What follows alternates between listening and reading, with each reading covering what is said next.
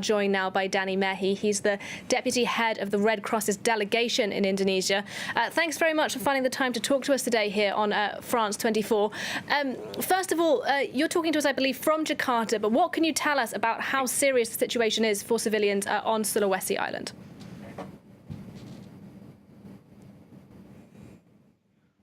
The situation has been devastating from the onset. The death toll is rising constantly and is very likely to even increase more as many areas remain inaccessible for the search and rescue teams.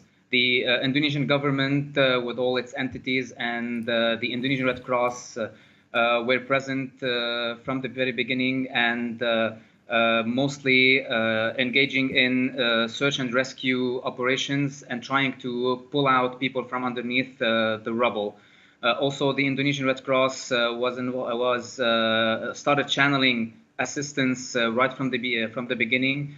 The earthquake and the tsunami caused a lot of destruction. The roads were cut. Landslides have also cut access. The damaged airports, specifically in Palu, created a lot of limitations in terms of air transport of assistance. The Indonesian Red Cross, supported by the ICRC, has launched an online tracing service because the number of missing people under these circumstances is also increasing. A lot of tracing requests to search for people are being submitted to us. Also, on forensics and the management of the dead, there's a big activity that has been launched in order to make sure that dead people are identified and don't become missing. We've heard some pretty harrowing reports in the past couple of days that civilians are so desperate for food that they've been looting shops. When will there be enough food and water for all of those people stuck on the island?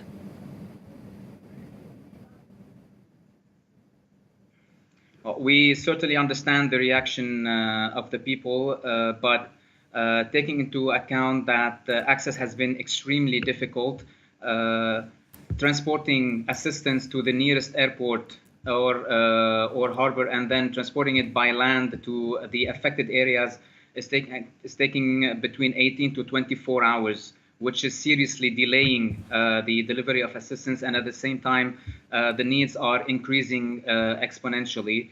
A lot of assistance has arrived and is on its way, so hopefully within the next hours, the assistance should start being delivered to the people.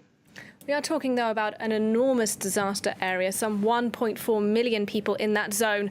Do you think Indonesia needs more outside help from the international community?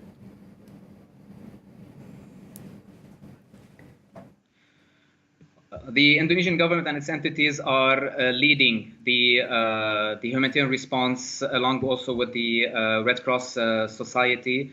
The international community has placed its resources at the disposal of these agencies, and a lot of work is being done to make sure that as soon as possible, in addition to what is being done currently, more assistance to meet the needs will be arriving to the affected areas.